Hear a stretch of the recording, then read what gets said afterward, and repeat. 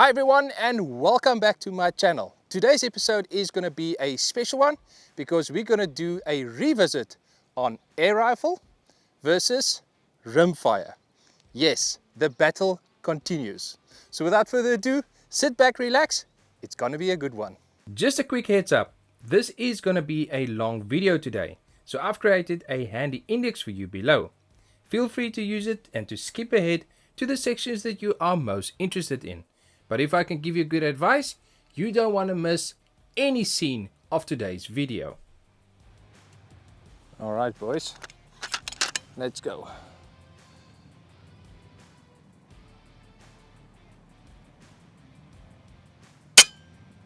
Oh yes, my man, what a perfect shot. And that one sat sideways, right on the shoulder. Slug managed to expand and it just dropped to the ground. You know, that's the way it should be.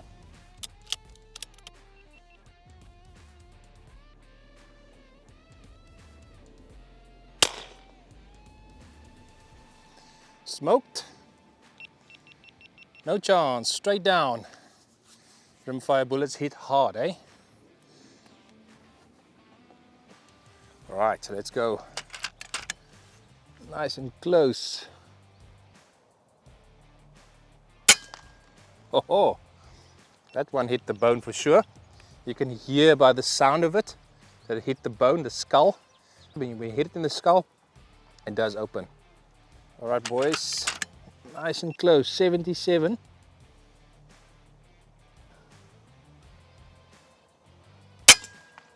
Oh yes, we can. Nice shot. Just flopped over to the other side.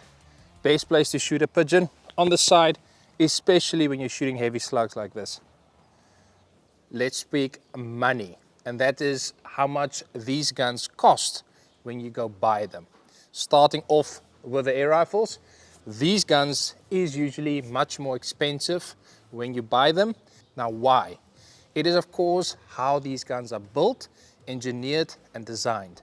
This gun costs a little bit more to manufacture, and that is where you're going to pay a little bit more extra.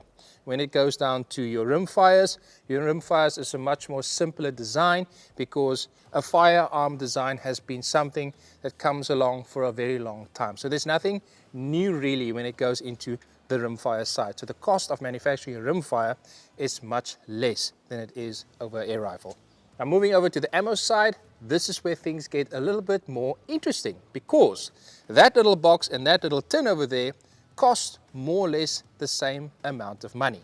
But when you go and open up the box and you open up the tin and you start doing the counting on it, you will see that you can get double the amount of ammo on the air rifle side than you get inside a rimfire box. In a rimfire box, it's usually 50. In an air rifle slug tin, you usually get at least 100. Sometimes more, because sometimes the tins will give you 150 or almost 200 in a tin. And when you compare those to each other, then the air rifle ammo is much cheaper to buy than the rimfire ammo. Now, this is where you have to make a decision because an air rifle is a little bit more expensive to buy, but it is cheaper to shoot in the long run. And the rimfire is cheaper to buy, but it is a little bit more expensive to shoot in the long run. You're going to have to go and make that calculation yourself and see which one works out the best for you. Let's go, 198.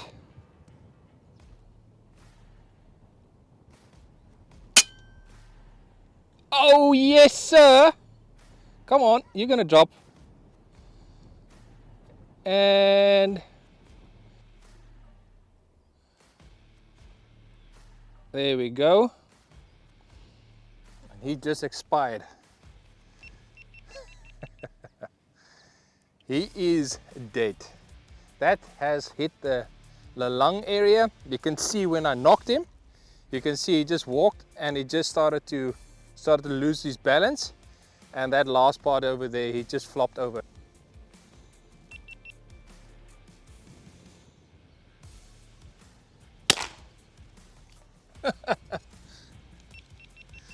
Sure, that is stupid close. Talk about overkill, damn. All right, let's take a look. There is a couple of pigeons. 124, that's 3.7. And the wind is almost from the front, but still a little bit more from the left. So I'm gonna, yeah, let's do a 0.5. Oh, ho, ho, ho, ho. What a beautiful shot. Man, that is awesome. Didn't even open up his wings. That's a perfect spine shot. It just dropped to the other side. Awesome. So this one is at 53 meters and I have a very nice backstop as well. Hope the camera is going to pick it up.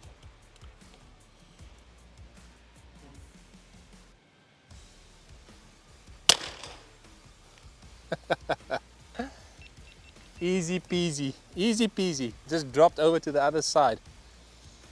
These bullets are very hard, so they smack like crazy. Let's start off with the ergonomics and design of these two guns.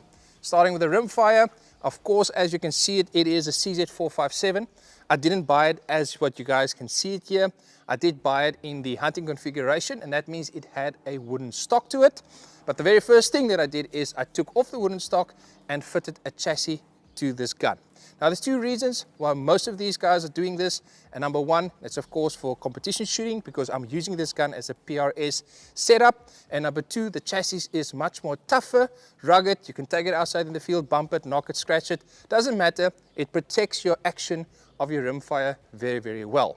If you lift this gun up and you put it in the shoulder, it is very comfortable. You can keep it nice and steady. It feels very nice with the vertical grip and this, thumb shelf that's over here. It just sits well and you can do a lot of adjustability on it to make it more comfortable when you are shooting it.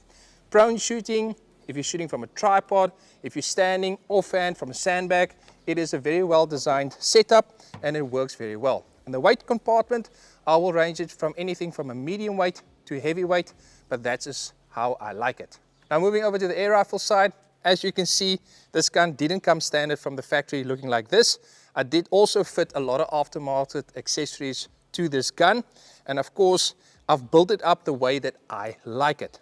Now there's a lot of things on this accessories which makes it also very nice to shoot, like the top rail that I've got here, the bottom rail that I've got here, this aftermarket cheek riser, buttstock and bag rider, and of course this vertical grip as well. All of these accessories make this gun very nice to shoot, and it also makes it very ergonomic as what it sits here in front of me.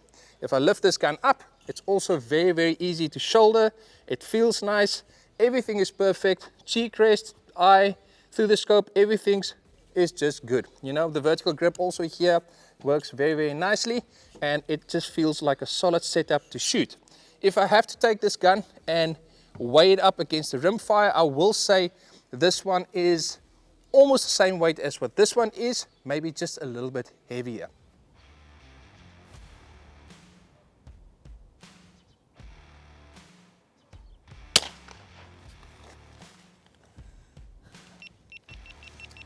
Easy money, easy money. Let's see if I can get the focus perfect for you. Let's do that like that. Oh yes. Just dropped over. Perfect shot. And yeah, feel the wind is dying down a little bit now, so I just held a little bit less than 0.5, and that was enough to put him down. I do see another one there. Let's keep going. Let's go.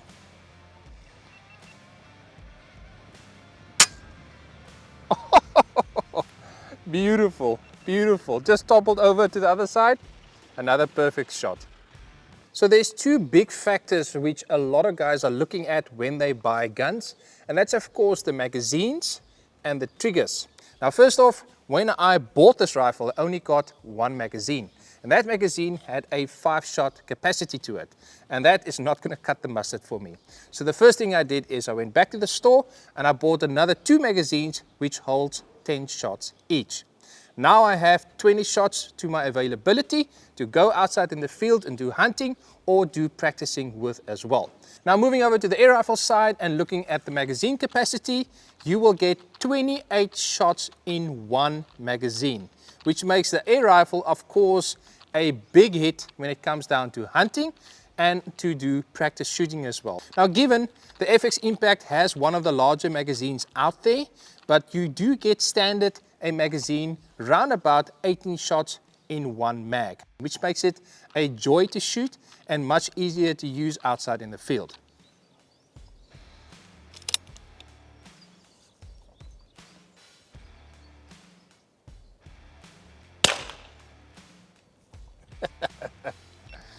Done and done. Smoked it. Nice and close. I mean, that's not difficult. I mean, anyone can do that. See if we can do a headshot.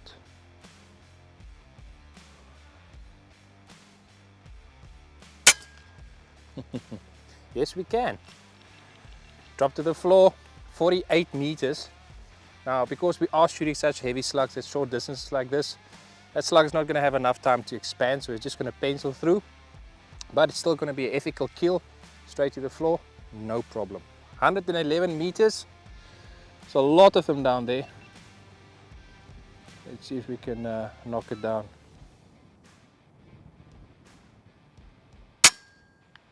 Oh yes, what a perfect shot. Love that little nicking sound. It's just a solid sound showing me and telling me that that pigeon is gonna drop.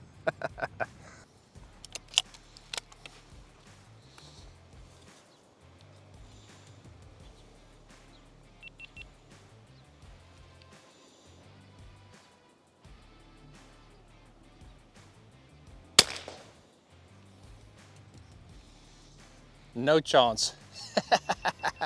Right on the shoulder, down.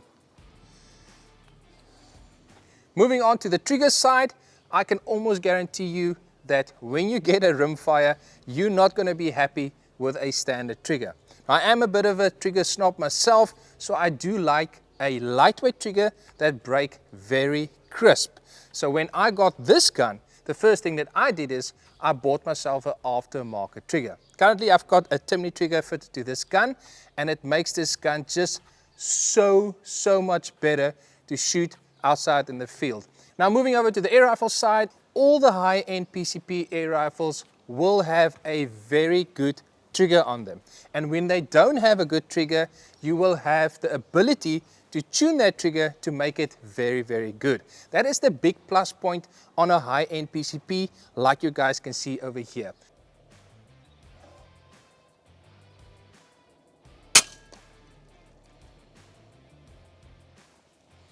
Smoke that one, nice and close. I guess about 52 meters, no problem. Let's put this away.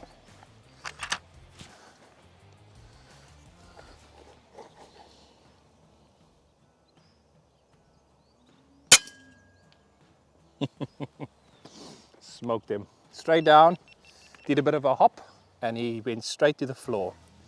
Awesome shot, not a lot of wind at the moment, but I am expecting some wind to pop up a little bit later. So hopefully that will not influence the accuracy testing that we're going to do. 51 meters.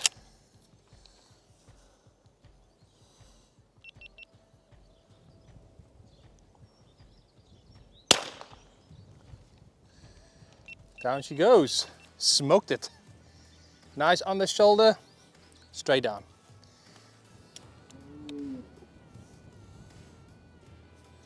I'm going to go for the left hand side pigeon.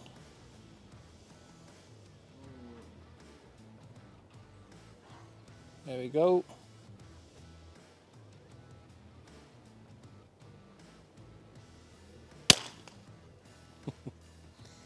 And done. Smoked. So while we have the gun on the bench here, let's speak about the recoil of the Rimfire here. And of course, a Rimfire doesn't have a lot of recoil. I'm going to show you guys just quickly what this gun do in the recoil department. I've got a magazine here, I've got my bolt open. I'm shooting into a safe direction. I am shooting into a big hay bale. I'll show you a cutout here on the video quickly. And then what we're going to look at is how much this gun recoil. So here we are, magazine in the hand. I'm going to put it inside the gun like that, and we're going to close the bolt. We are hot now, and I'm just going to pull the trigger for you quickly so that you can see. And there we go. There is not a lot of recoil on a rimfire. Now the recoil factor on the PCPs is of course pretty much exactly the same as what we got on the rimfires. And I will actually go a step further by saying it might be a little bit less. And now I'm speaking about 22 caliber because I'm comparing apples with apples here. So we're going to do exactly the same test. I've got the gun pointing in the safe direction. We are firing into a big solid hay bale over here. I've got my magazine. Let's just put it into this gun and let's take a shot, and you can see for yourself how little recoil here is on this air rifle. Let's close the bolt, finger on the trigger, and there's your shot. Very, very similar to the rimfire over there, and like I said, in some cases you might have even less recoil on these air rifles.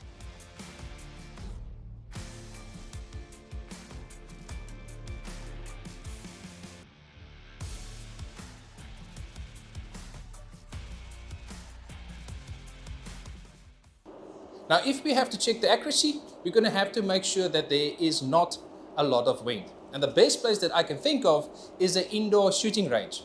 I'm currently standing here at Dave Shear in Cape Town, and they have a 200-meter underground shooting range for us. And what I'm going to do now is we're going to take the rimfire and air rifle, stack them up against each other, and see how well they compare in the accuracy department.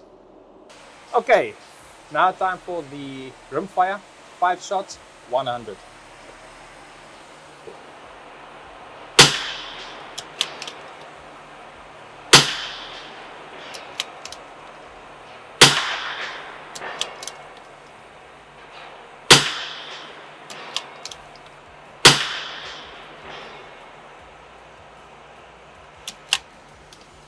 All right, rimfire out at 200 now.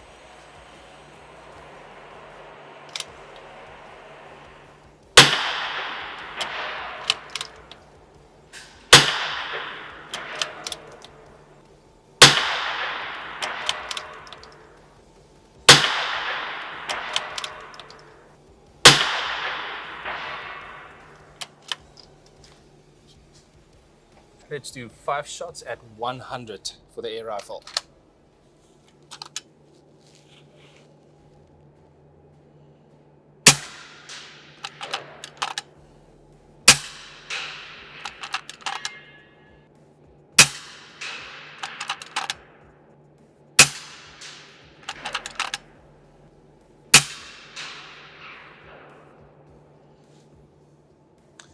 All right, so let's do 5 shots at 200 now with the air rifle.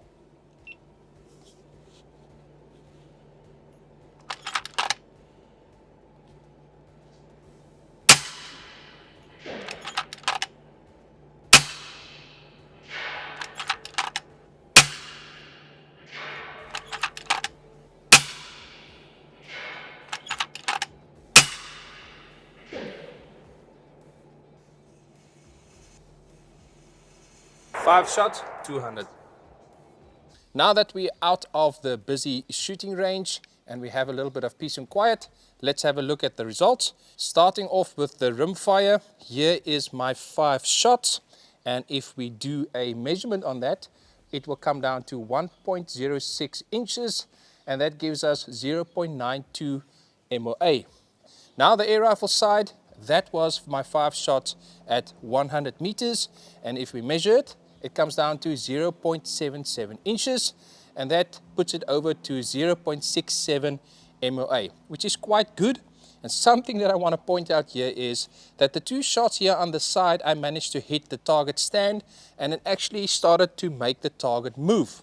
But that's okay, because it's still good enough for me, and I'm very, very happy with that. Now we move over back to the rimfire side at 200 meters, and that was my 5 shot group which I got. If we do a measurement on that, it will come down to 3.17 inches, and that will actually give us a 1.38 MOA size group. But now over to the air rifle group at 200 meters. And guys, that was 5 shots which I got at 200 meters. if you do the measurement on that, it will come down to 0.95 inches. And that puts it over to 0.416 MOA. That's less than a half of a MOA of a group at 200 meters. Under an inch at 200 meters. That is just mind-blowing. But there is a very good reason why the Rimfire is not shooting as well as the air rifle. And it comes down to consistency, and it comes down to the ammo. Now I need to show you quickly these two video clips. The first video clip is the session summary of the Rimfire, and you can see there that there was an average of 113, there was a minimum of 1106, a maximum of 1122, extreme spread of 15.5, and a standard deviation of 5.2, which is pretty good. But it does explain at long range why I got those two shots that moved out of the group. Because you can't regulate your cartridges which you get inside the Rimfire box. That's the unfortunate part. It's factory ammo, so you are basically captured to what that cartridge is going to give you when you pull the trigger. Now moving over to the air rifle side, if you look at my minimum of 971, my maximum of 976, and an average of 973. But look at the extreme spread. It's 5.1 and a standard deviation of 1.6. If you compare it back to the Rimfire, it is an extreme spread of 15.5 versus an extreme spread of 5.1. And that is where the difference comes into. But the thing is about an air rifle, you have two ways to regulate it. Number one, you can regulate the airgun itself because it has a regulator, it has a valve adjuster, so you can really set every amount of air behind every single bullet. You can set it up very, very precise. And that's unfortunate, something that the Rimfire don't have. Something to think about, and that is why this result is looking like this in front of me. Well, we came to the end of today's episode, but definitely not the end of my air rifle versus Rimfire series. Today we took a deep dive into these two giants and what makes them tick, and I hope you guys enjoyed it. I've shared a lot of information, and I'm still going to do more of this kind of episodes in the future to come, so look out for that. If you enjoyed today's episode, do me a big favor. Go down there, go smash the like button for me. Go share it with your friends and talk about it, and leave me a comment downstairs as well. I would love to hear what you guys think about today's episode. For all the new guys, if it's your first time on my channel, do me a big favor. Go turn on that subscribe button and turn on that notification bell for me, because that's going to help me a lot, and I'm pretty sure you want to see more awesome footage like that. And with that being said, again, thanks for watching, and I'll see you guys next time. Cheers.